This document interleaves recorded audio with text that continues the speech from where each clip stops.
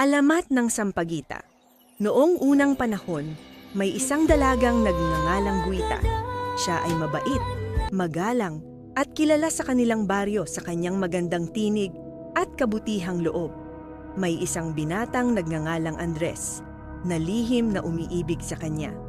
Isang araw, nagpaalam si Andres kay Gita. Andres, Gita, aalis ako upang maglakbay at maghanap ng kabuhayan. Babalik ako para sa iyo. Gita, may lungkot sa mata. Maghihintay ako, Andres. Pangako? Andres, pangako. Hindi kita makakalimutan. Lumipas ang maraming buwan, ngunit hindi nakabalik si Andres.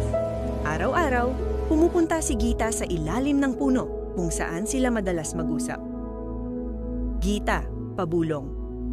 Andres, nasaan ka na? Pangako, hindi kita kakalimutan. Isang gabi, may dumating na balita. Hindi na raw makakabalik si Andres dahil sa isang malubhang sakit sa kanyang paglalakbay. Nalungkot ng labis si Gita. Gita, umiiyak. Hindi ko kakayanin, ngunit mananatili ang aking pangako.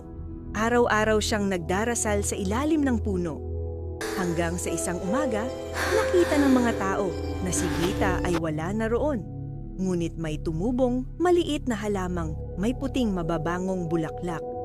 Ang bawat bulaklak ay tila sumisigaw ng, "Sumpa kita!" Ngunit sa pagdaan ng panahon, naging malambing ang bigkas nito, Sampaguita.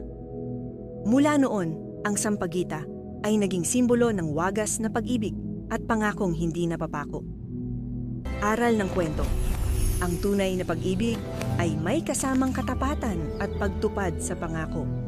Ang wagas na damdamin ay nananatili kahit sa gitna ng pagsubok. Para updated ka sa mga istorya na aming ilalabas, huwag kalimutan ang subscribe. Maraming salamat